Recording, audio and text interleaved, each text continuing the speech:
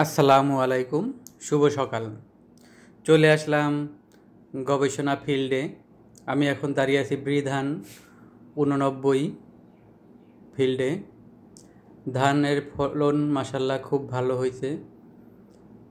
এবার আশা করা যায় বৃধান 89 এর বাম্পার ফলন। বৃধান 89 বড় মৌসুমের ফসল।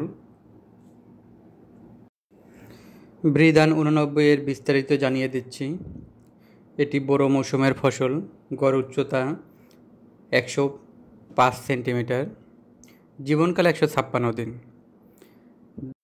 হেক্টর প্রতি ফলন 8 টন। মাসাল্লাহ ফলন খুব ভালো। আর চালের ধরন মাঝারি মোটা ও সাদা।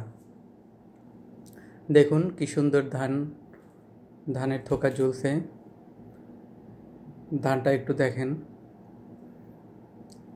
খুব ভালো ফলন।